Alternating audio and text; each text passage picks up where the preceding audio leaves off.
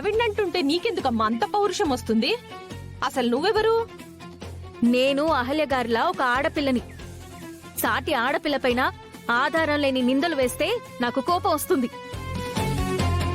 మీ కూతురు సీమంతానికి పిలవడానికి వచ్చిన మీరు ఇంటి కోడలపై నింద వేస్తే ఈ ఇంట్లో వాళ్ళకి ఎంత బాధగా ఉంటుంది? ఆ మాత్రం కామన్ సెన్స్ లేదా మీకు?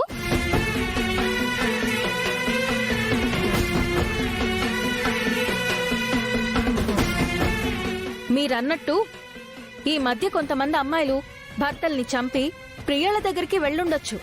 అంత మాత్రాన ఆడవాళ్ళందరి మీద నిందలు వేస్తారా? మీరు మీ భర్తలతో సవ్యంగా కాపురం చేయట్లేదా? మీ కూతురు కోడలు చేయట్లేదా?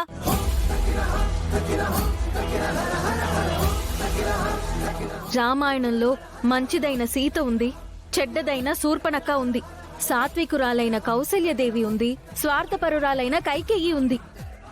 మంచి చెడు అన్ని చోట్ల ఉంటాయి.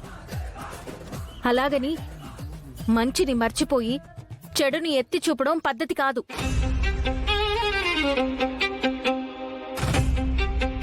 ఇంకెప్పుడు మీ నోటికొచ్చినట్టు మాట్లాడకండి. సాటి ఆడదానిపైన నిందలు వేయకండి. ముఖ్యంగా ఈ ఇంటి కోడలి గురించి నీచంగా మాట్లాడకండి.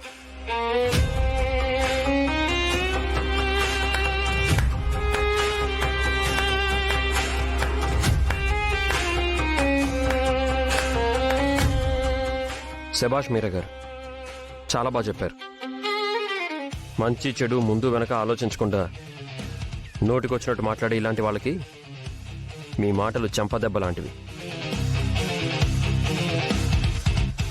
నిజానికి నా భార్య గురించి నీచంగా మాట్లాడిన వీళ్ళకి నేనే క్లాస్ తీసుకోవాల్సింది.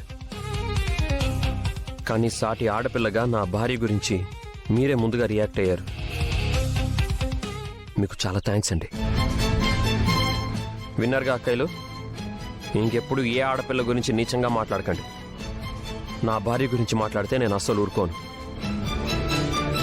సారీ గౌతమ్, బయట ఎవరెవరో రకరకాలుగా అనుకుంటుంటే ఆ విషయం మీతో చెప్పాం. సారీ అమ్మా, నిజానికి మేమలా మాట్లాడడం తప్పే. పొరపాటున అలా మాట్లాడాం, ఇంకెప్పుడు అలా మాట్లాడం. ఏమీ అనుకోద్దు సుభద్ర, నోరు జారి మాట్లాడం. సాయంత్రం తప్పకుండా సీమంతానికి రండి. పద.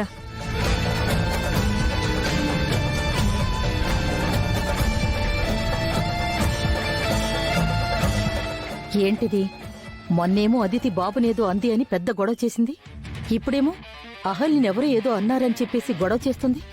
అసలు ఈ నర్సు ఎవరు? దీని తతంగం ఏంటి?